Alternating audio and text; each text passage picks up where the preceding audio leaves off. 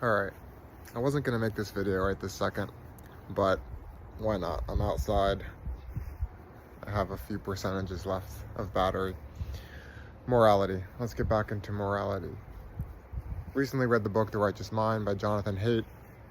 And Haidt, whatever. Haidt, H-A-I-D-T. Anyway, long story short, I agree with his overall premise about, and I already had this idea first. I had the idea first, but I mean, all the good ideas have already been had by somebody. Morality originates at the core. It's about emotion. It's about your intuition. And then you do the rationalizations, the reasoning, the logic after the fact, right? And people don't like this, right? This is something that the left, the right, anywhere in between, almost everyone seems to have in common, is they're very confident that they're right about whatever it is, so much so that they need to feel like they have logic and proof. And so one side says, I can prove you're illogical, you're irrational, I'm so confident. And so at some point you start thinking, okay, is it true that maybe we'll do a whole even divide? It's as 50% of people are conservative, 50% are half of people really smart and half of people really dumb. And then we start realizing, well, I can't acknowledge that there really are super intelligent people and seemingly actually decent people that are conservative or liberal, right? You might disagree, but that's because you're probably a partisan hack and you're indoctrinated, and so you're already too far gone to even be having any of these conversations. So let's just not bother and whatever. But so now, does this mean that because of this that I don't have any opinions or strong feelings? No. What it is that people are afraid they think that if they like or dislike something, that if they think of it sort of this, the word subjective, if it's a thing that can't be sort of proven as a fact, right? What the facts are, though, is when you passionately love or hate something, you find something to be admirable or disgusting, factually you feel that way. But we have demonized, both on all sides of the political spectrum, feelings, right? Now, does this mean that I am promoting moral relativism? I know that this is redundant somewhat, but no. Does this mean that I'm saying that I buy into sort of the leftist, it's not really most leftists, it's kind of like the college kid leftist. This is my truth. This is my truth. There is something that they're getting at there that I think is valid, right? That this is my opinion or feeling, but there is something sort of like, when people say that, it's sort of the implication is that you have to respect it, and because it's their truth or their opinion, that you can't then say, well, I think your opinion is disgusting, it's shit, it's stupid, I hate it, whatever, right? And you can. But at the end of the day, what we think is right and wrong generally is not really originating from who is the smartest, who has the most reason, right?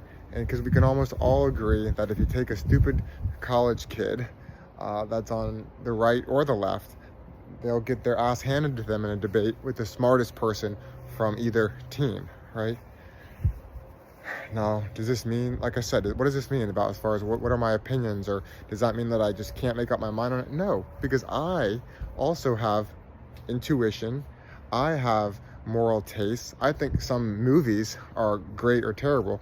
And so you might say, well, are you saying this is just as inconsequential as a difference in taste in movies? Well, no, because the suffering that I particularly care about, the moral consequences that affect me personally do seem to affect me more than if you have bad taste in movies. It does seem to matter more, right? But at the same time, am I going to say that taste in movies is a total non-issue? No.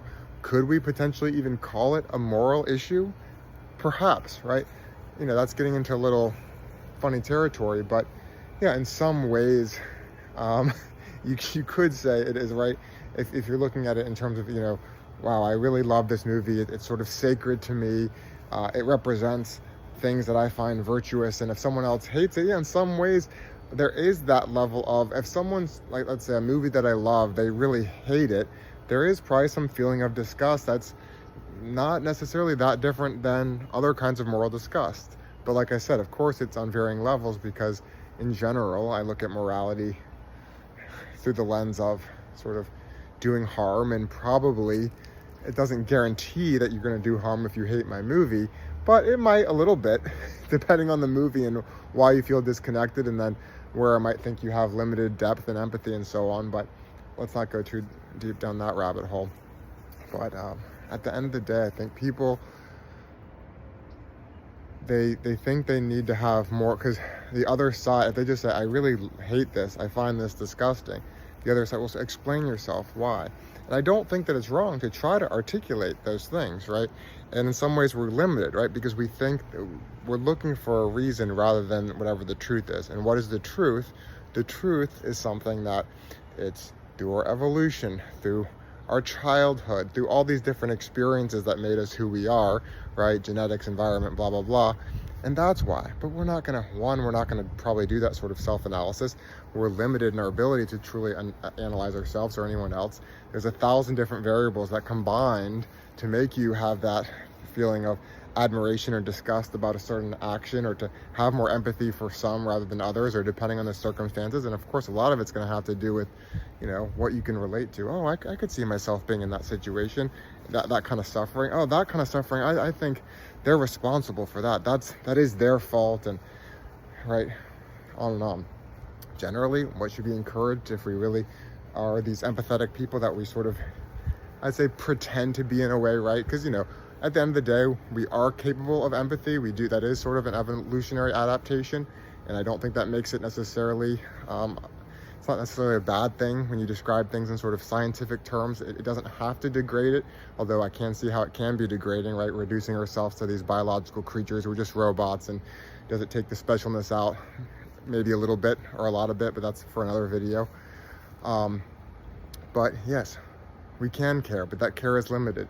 No, we generally don't care about the whole world. That's why there's something cheesy and cringe about this sort of, I'm a citizen of the world. No, because we're tribal creatures, right? We can see that, and we can acknowledge and admit that usually when it comes to our friends and family, but then we want to, for some reason, dismiss that when it comes to other things like your culture, your community, your city, your state, your country. Then it's, oh no, I can't have. And I think, yes, the more you sort of zoom out of that, it does become a little bit less real, so to speak, right? In terms of how much you can care about sort of the person you've never met 5,000 miles away. If you see them suffering and they're right in front of you, hopefully you're not a sociopath and you would probably try to help them and care. But in general, we don't go about our day-to-day lives worrying about these sort of things. And even when we do, a lot of it is not because it's not really necessarily an empathetic thing, it's this identity thing. So it's still sort of this empathy, it's this care about ourselves. Like, your identity is tied to your sort of moralizing, whether you're conservative or liberal or whatever, and that's what makes you feel like you matter, you're important, you're worthy of respect because you have these opinions. And at the end of the day, what do I think? I think if everyone really wanted to be more sort of the people that they think they are so great and respectable and all that, it would have more to do with sort of actions, personal sacrifice. To what degree are you trying to actually help anybody with your own time and whatever resources you have? And I'm not claiming to be a sort of saint. I do well in some areas, and I probably don't do well in other areas, like we all are. Like I usually say, I just think I'm a little bit more aware and honest about it, but maybe that's just my arrogance.